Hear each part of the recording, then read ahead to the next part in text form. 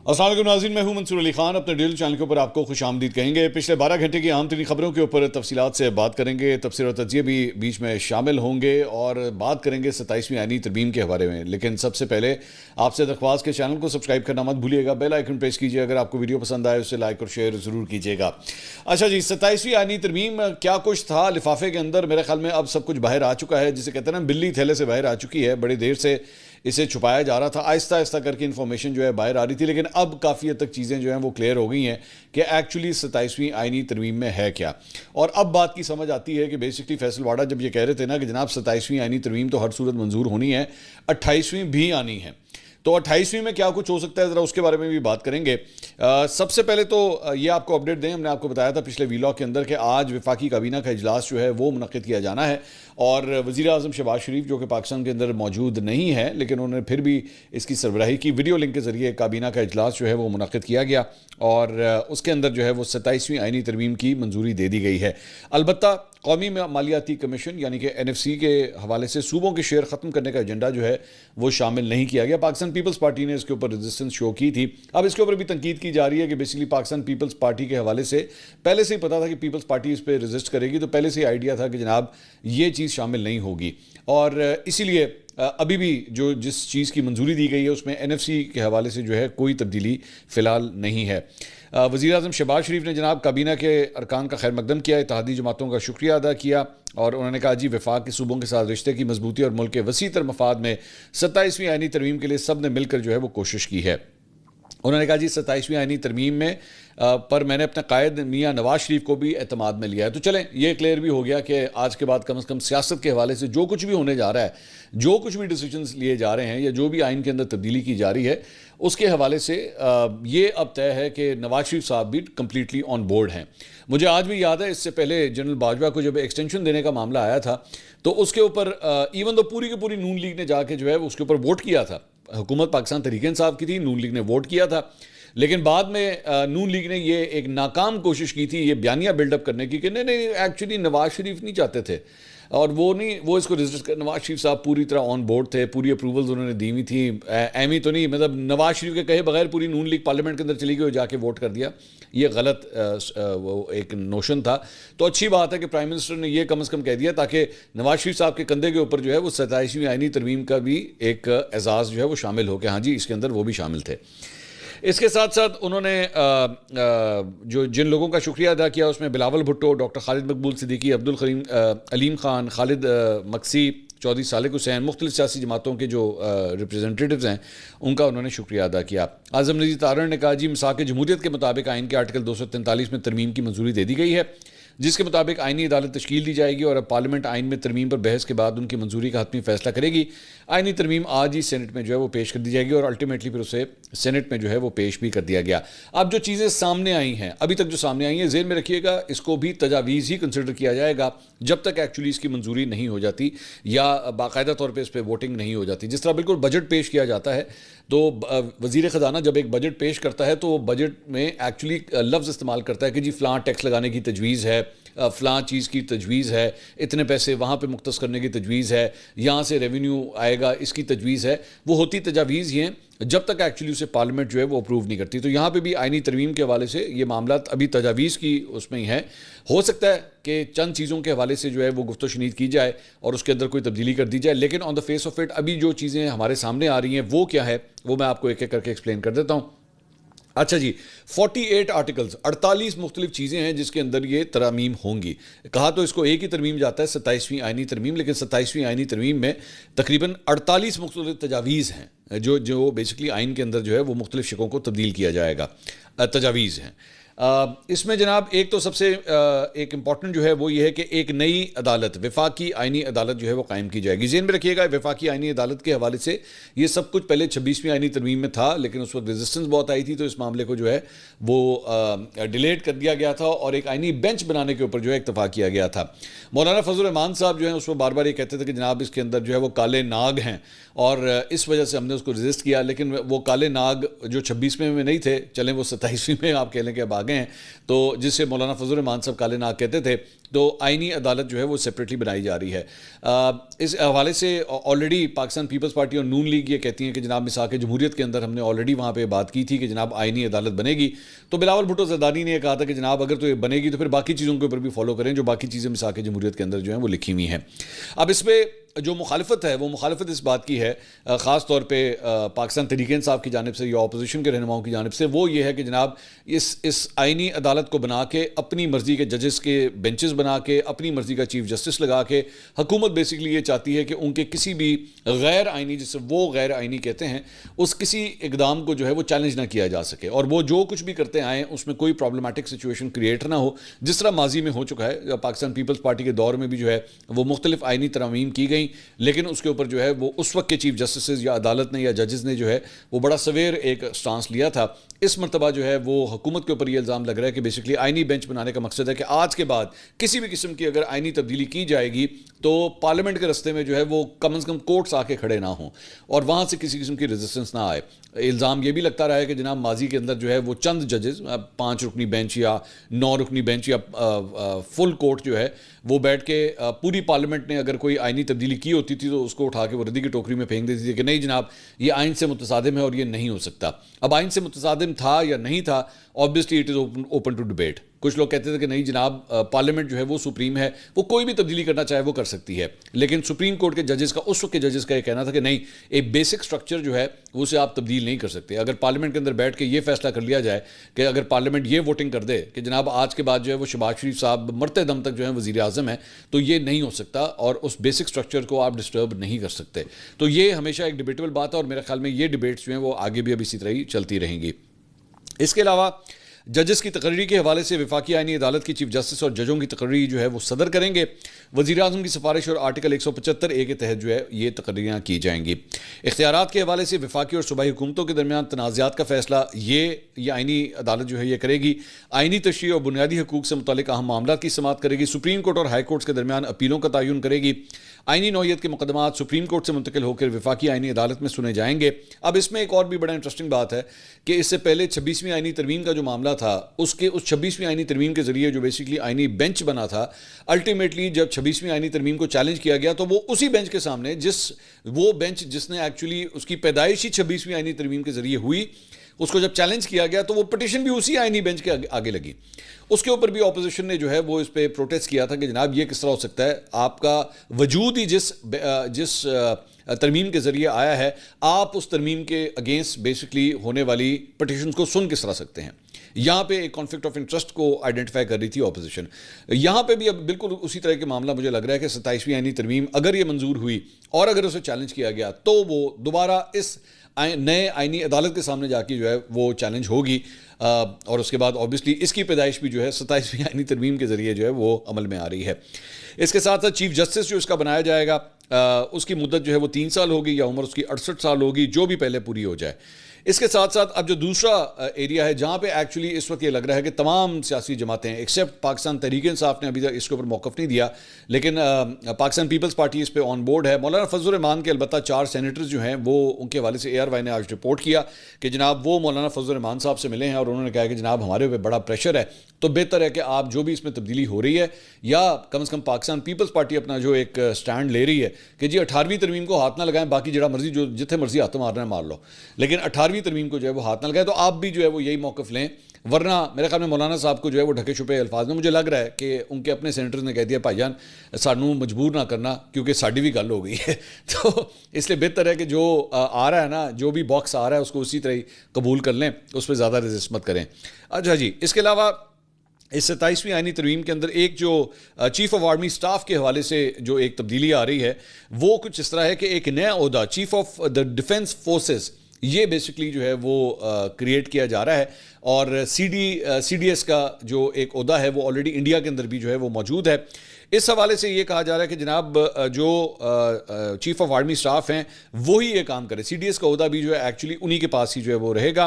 Chairman joint chief of staff committee का ओहदा जो है वो ख़त्म कर दिया जाएगा। इस वक्त technically speaking chairman joint chief of staff committee जो होते हैं वो टॉप के ऊपर होते हैं और उसके बाद जो नीचे तीनों सर्विसेज चीफ्स हैं, आर्मी, नेवी और एयरफोर्स, वो उनके नीचे होते हैं। लेकिन अब उस ओहदे को जो ऊपर chairman joint chief of staff का जो एक ओहदा है उसे ख़त्म कर दिया जाएगा, और साथ ही साथ नेशनल स्ट्रेटेजिक कमांड जो है उसे जो है वो उसका वो बनाई जाएगी। वज़ीर आज़म चीफ ऑफ डिफेंस फोर्सेस की सिफारिश पर कमांडर नेशनल स्ट्रेटेजिक कमांड का तकर्रुर करेंगे। Field marshal, field of the air force और एडमिरल ऑफ द फ्लीट, ये जो है वो नाम अब तजवीज़ किए गए हैं। ये ओहदे जो है उम्र भर बरकरार रहेंगे और उन्हें सिर्फ आर्टिकल 47 के तहत जो है वो हटाया जा सकेगा, यानी कि पार्लियामेंट की मंजूरी के बाद ही जो है अगर किसी को हटाना हुआ तो फिर उसे हटाया जा सकेगा। सिर्फ किसी को जो है वो अदालत के अंदर चैलेंज करके किसी को इस ओहदे से जो है इन ओहदों से नहीं हटाया जा सकेगा।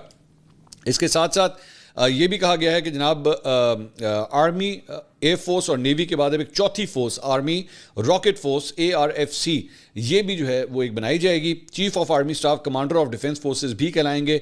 तमाम coordination chief of army staff खुद बलिहाज कमांडर ऑफ डिफेंस फोर्सेस जो है वो किया करेंगे। जराये का कहना है कि रॉकेट फोर्स में स्ट्रेटेजिक प्लान डिवीजन SDP भी शामिल है, और SPD पहले चेयरमैन जॉइंट ऑफ स्टाफ के मातहत काम करती थी। अब चेयरमैन जॉइंट ऑफ स्टाफ का ओहदा जो है वो ख़त्म हो जाएगा और उसकी जगह अब कमांडर ऑफ डिफेंस फोर्सेस का जो है वो ओहदा बनाया जाएगा, और उसी के अंडर जो है वो तमाम ओहदे जो हैं वो काम करेंगे। साथ ही साथ जो फील्ड मार्शल का ओहदा है उनके बारे में पहले भी ये क्लैरिटी थी इस बात की कि जनाब फील्ड मार्शल का जो ओहदा होता है या उसका जो यूनिफॉर्म होता है वो तादम उसके साथ ही रहता है, और जब तक वो जिंदा हैं वो तब तक फील्ड मार्शल ही कहलाएंगे और वो यूनिफॉर्म के अंदर ही रहेंगे, और इसके साथ साथ जो ऑफिशियल तकरीबात होती थी उसके अंदर वो यूनिफॉर्म पहनते थे। अब इसको बाकायदा जो है एक लीगल कवर दिया जा रहा है कि वो मरते दम तक जो है वो फील्ड मार्शल के ओहदे के ऊपर रहेंगे और वो इन यूनिफॉर्म ही कहलाएंगे। तो ये बेसिकली इश्यूज़ हैं। आर्टिकल 243 के हवाले से पाकिस्तान तहरीक इंसाफ जो है ना अभी ढका छुपा रिएक्शन जो है वो शो कर रही है। क्लियर रिएक्शन अभी तक हम एक्सपेक्ट कर रहे हैं कि वो आएगा। अब चंद की जानिब से जो है वो इसको कहा जा रहा है कि जनाब पार्लियामेंट ने अपने हाथ पांव काट के दे दिए हैं अब अपोजिशन के मुख्तलिफ रहनुमाओं की जानिब से, जबकि हुकूमती ओहदेदारों का यह कहना है कि ये सब कुछ, ये कानून साजी जो है बहुत ज़रूरी थी, चूँकि भारत और पाकिस्तान के दरमियान जो जंग है उसके बाद इस रीस्ट्रक्चरिंग की बहुत ज़्यादा ज़रूरत थी, क्योंकि नए तकाजे हैं, उसके लिए जो है ये सब कुछ होना बहुत ज़रूरी था। तो ये जनाब आइन का आर्टिकल 27वीं आइनी तरमीम है वो ये सब कुछ जो है वो लेकर आ रहा है। वज़ीर कानून ने 27वीं आइनी तरमीम का मसौदा ऐवान में पेश कर दिया, और चेयरमैन सेनेट ने आइनी तरमीम का मसौदा कानून और इंसाफ की कायमा कमेटी को भिजवा दिया है। कायमा कमेटी में कौमी असम्बली की कानून और इंसाफ की कमेटी के अरकान भी जो हैं वो शामिल होंगे। अब तक की इतलात के मुताबिक आखिरी जो इतलात आई हैं वो ये है कि अपोजिशन ने इस कमेटी में शिरकत करने से इनकार कर दिया है। उन्होंने आज तो कम से कम शिरकत नहीं की, आगे का मुझे नहीं पता कि वो शिरकत करते हैं या नहीं करते हैं, क्योंकि यहाँ से पहले उसकी अप्रूवल होगी, फिर वो सेनेट के अंदर आएगा, फिर सेनेट के अंदर जो है इसके ऊपर वोटिंग होगी, तो फिर पता लगेगा। और जो इस वक्त नंबर गेम है, अगर पाकिस्तान पीपल्स पार्टी ऑन बोर्ड है तो सेनेट में अगर 3 या 4 वोट जो कम है इस वक्त हुकूमत के पास, अगर वो क्लियर हो जाते हैं, मौलाना फजल रहमान की जमात भी जो है वो सपोर्ट कर देती, तो फिर उसके बाद अगर ये सेनेट से अगर अप्रूव हो गया तो कौमी असम्बली से भी जो है वो ये जल्दी अप्रूव हो जाएगा। इसके साथ साथ पाकिस्तान तहरीक इंसाफ के सेनेटर अली जफर का जो रिएक्शन आया, उन्होंने कहा जी लगता है हुकूमत और इत्तेहादी जमातों को बिल मंजूर करवाने की जल्दी है। अपोजिशन लीडर की तैनाती तक 27वीं आइनी तरमीम के मुसव्वदे पर सेनेट में बहस नहीं हो सकती। प्रॉब्लम इस वक्त यह है कि कौमी असम्बली के अंदर और सेनेट के अंदर जो अपोजिशन लीडर्स पाकिस्तान तहरीक इंसाफ ने नॉमिनेट किए हुए हैं उनको अभी तक एक्सेप्ट ही नहीं किया गया। सो टेक्निकली स्पीकिंग सेनेट के अंदर और कौमी असम्बली में लीडर ऑफ द अपोजिशन मौजूद ही नहीं है। ओहदा वहाँ पर है लेकिन उसके ऊपर कौन सी शख्सियत है इसका अभी तक जो है वो फैसला नहीं हो सका है। इसके साथ साथ एक और जो खबर है वो ये है कि इस वक्त एज आई स्पीक 27वीं आइनी तरमीम की मंजूरी के मामले पर सेनेट और कौमी असम्बली की कायमा कमेटी बराए कानून इंसाफ का मुश्तरका इजलास जारी है। इजलास जो है वो इन कैमरा हो रहा है। इजलास की सदारत फारूक एच नाइक कर रहे हैं और वफाकी वज़ीर कानून आज़म नज़ीर तारड़ जो है वो अरकान को इस वक्त ब्रीफिंग दे रहे हैं। इजलास जो है वो कल सुबह 11 बजे दोबारा होना है। इतवार का दिन है लेकिन दोबारा इजलास जो है वो मुनक़िद किया जाएगा। इसके साथ साथ सलमान अकरम राजा साहब ने जनाब पाकिस्तान तहरीक इंसाफ की इंटरनल रिफ्ट्स के हवाले से जो है चंद ट्वीट्स किए हैं। उन्होंने कहा जी कल के जूम पर मुनक़्क़िद इजलास में इमरान खान साहब की कायम करदा तहरीक इंसाफ पंजाब रिव्यू कमेटी ने मुतफ़िक़ा तौर पर जनाब अहमद चट्ठा को सेंट्रल पंजाब के सदर के ओहदे पर बहाल करने का फ़ैसला किया है। इस सही फ़ैसले पर मैंने अपने तमाम साथियों का शुक्रगुजार हूँ। मैंने शुरा को तमाम वाक़यात से आगाह किया है। शुरा ने जुलाई 2025 की एक स्क्रीन शॉट को लीक करने और अहमद चट्ठा की 16 अक्टूबर को बरतरफी को मुझसे मनसूब करने की मज़मूम हरकत का भी सख्त नोटिस लिया है। अब ये बेसिकली ये जो गोलाबारी हो रही है ये आलिया हमजा के ऊपर हो रही है। जुलाई में पहली सजाओं के बाद सवाल उठा था कि क्या वो जिन्हें सजाएं हुई हैं काम जारी रख सकेंगे। पार्टी ने किसी को ना हटाने का फैसला किया था। अब ये सारा कुछ जो है बेसिकली कहा जा रहा है कि जनाब सलमान अकरम राजा ग्रुप की जानिब से कि आलिया हमजा साहिबा ने जो है ये सब कुछ किया और अपनी तय किया, इन्होंने किसी से इजाज़त नहीं ली। जबकि आलिया हमजा साहिबा के ग्रुप का ये मौक़िफ़ है कि ये जो कुछ भी हुआ इसमें सलमान अकरम राजा साहब कंप्लीटली ऑन बोर्ड थे, उनकी इजाज़त मुशावरत टोटली इसके अंदर शामिल थी, क्योंकि आलिया हमजा साहिबा को जो है वो इमरान खान साहब के ज़रिए ही पैगाम जो है वो पहुँचाया गया। सलमान अकरम राजा साहब और आलिया हमजा साहिबा के दोनों केसेस में ये फ़र्क है कि सलमान अकरम राजा साहब को कोई जो कम्युनिकेशन का चैनल है वो अलीमा खान के ज़रिए या बहनों के ज़रिए जो है वो एक्टिवेटेड है, लेकिन आलिया हमजा साहिबा के साथ जो है वो कम्युनिकेशन का कोई डायरेक्ट रूट इमरान खान साहब के साथ फिलहाल एक्टिवेटेड नहीं है। बहरहाल जब अहमद चट्टा साहब को हटाया गया था तो उसके ऊपर इल्ज़ामात आलिया हमजा साहिबा के ऊपर ये लगाए गए थे कि जी इन्होंने अपनी मर्जी से सब कुछ कर दिया है, जबकि उनका ये कहना है कि ये जो कुछ भी हुआ था वो पूरी अप्रूवल के साथ हुआ था, एवरीबडी वाज ऑन बोर्ड। लेकिन जब ये हो गया तो उसके बाद जब तूफान आया कारकुनों की जानिब से या सोशल मीडिया के ऊपर जानिब से, तो सलमान अकरम राजा के ग्रुप ने जो है वो एक्चुअली अपने हाथ खड़े कर लिए। उन्होंने कहा जनाब साडा कोई लेना देना नहीं, जो कुछ भी किया तो आपने खुद ही किया। ये टसल दोनों ग्रुप्स के दरमियान तो ऑलरेडी चल रही है, आलिया हमजा साहिबा के दरमियान और सलमान अकरम राजा ग्रुप के दरमियान। और इसी से आप अंदाज़ा कर सकते हैं कि पंजाब के हवाले से पंजाब का और जो सेंट्रल पाकिस्तान तहरीक इंसाफ है उनके दरमियान आपस की टसल जो है वो कितनी देर से चल रही है। इसके साथ साथ एक और बिलावजह की लड़ाई जो है वो जो चल रही है वो है शाहिद खान अफरीदी और इमरान रियाज के दरमियान। हुआ यह है कि शाहिद खान अफरीदी जो है वो लंदन में एक तकरीब में शरीक थे और उन्होंने एक कॉमेंट वहाँ पर किया। उन्होंने कहा जी सोशल मीडिया तनकीद से मुझे कोई फ़र्क नहीं पड़ता, मैं सोशल मीडिया पर झूठ बोलकर अपने बच्चों को हराम का पैसा नहीं खिलाता। कुछ लोगों ने कहा था कि मैं कभी भी पाकिस्तान छोड़ के नहीं जाऊंगा और मैंने खुद देखा कि गधे पर गधा बैठकर यहाँ आ गया। वो सर्टिफाइड झूठे हैं। अगर इतने मुहिब वतन हो तो पाकिस्तान में आकर इनकलाब लाओ, लोगों को गलत सिमत ना दो। अब ये जो गुफ्तगू थी ना, इसके अंदर इन्होंने एक्चुअली इमरान रियाज का कहीं नाम नहीं लिया था, इन्होंने कोई डायरेक्टली नाम लेके उनके ऊपर तनकीद नहीं की थी, लेकिन इसके ऊपर इमरान रियाज ने एक्चुअली एक जवाब दिया, ट्वीट किया। उन्होंने कहा जी मैं भी सोच रहा था कि खोता टाउट अभी तक लॉन्च क्यों नहीं हुआ, खोता दिमाग है ना, ज़रा देर से समझ आती है, और हाँ मैंने तो इस पर कभी सवारी की ही नहीं। ये कौन सी वीडियोस देखता रहा है, मुंह के तासुरात बता रहे हैं कि पॉलिश ज़बान के रास्ते हलक तक उतर गई है और काफ़ी बदमज़ा है। मैं पाकिस्तान कभी नहीं छोड़ता, मेरे कत्ल का हुक्म उसके मालिका ना देते तो खातिर जमा रख मैं वापस आऊँगा, तू खातिर जमा रख मैं वापस आऊँगा, मेरा रब हक के साथ है और मुनाफिक ज़रूर रुसवा होंगे। तो ये एक दूसरे के ऊपर जो है वो बिला वजह की जो है वो मेरे ख्याल में तनकीद हो रही है, अननेसेसरी है, इसकी ज़रूरत नहीं है। मैं दोनों को एक बड़ा अच्छा मेरा रिलेशनशिप है, दोनों से मेरे अक्सर औकात राब्ते रहे हैं। इमरान से काफ़ी देर होगी और शायद अफरीदी से भी काफ़ी देर होगी, लेकिन मैं दोबारा भाई आप दोनों से रिक्वेस्ट करूँगा, आप दोनों बड़े काबिल एहतराम हैं, काबिल इज़्ज़त हैं, आप दोनों की बहुत बड़ी फॉलोइंग है। शायद अफरीदी ने की पाकिस्तान के लिए बड़ी सर्विसेज हैं और इमरान रियाज जो है एक बड़ा नामी ग्रामी नाम है। तो मैं दोनों से रिक्वेस्ट करूँगा, ये बिला वजह की लड़ाई है, बराए मेहरबानी से इज्तनाब करें। ये आप तो ये 4-5 लाइनों, दोनों को मैं ये बात कह रहा हूँ, आप ये दोनों जो है ना 4-5 लाइनों के बयान दे के निकल जाते हैं, पीछे आपके लाखों लोग जो फॉलोअर्स होते हैं ना आपस से कुसुलमुखी हो जाते हैं। वो बराए मेहरबानी डोंट डू दैट। आप अपना अगर लड़ाई का एहसास नहीं करते तो खुदा के लिए इन लोगों के दरमियान जो है ना ये पोलराइजेशन का एक रीज़न मत बने और बिला वजह की इस लड़ाइयों को जो है ना वो बंद करें। मैं दोनों से रिक्वेस्ट करूँगा, मैं यही कह सकता हूँ आप लोगों को। इसके अलावा जनाब कोयटा से पेशावर जाने वाली जाफर एक्सप्रेस की आमदोरफ्त जो है वो 4 रोज़ के लिए मुअत्तल कर दी गई है। रेलवे हुकाम का कहना है कि जाफर एक्सप्रेस की आमदोरफ्त 9 नवंबर से 12 नवंबर तक मुअत्तल रहेगी। ट्रेन की मुअत्तली का फैसला सिक्योरिटी खदशात की बिना के ऊपर किया गया है। इसके अलावा जनाब एक और ख़बर जो है उसका ताल्लुक है पाकिस्तान और जनूबी अफ्रीका के दरमियान 2 मैचेस एक्चुअली।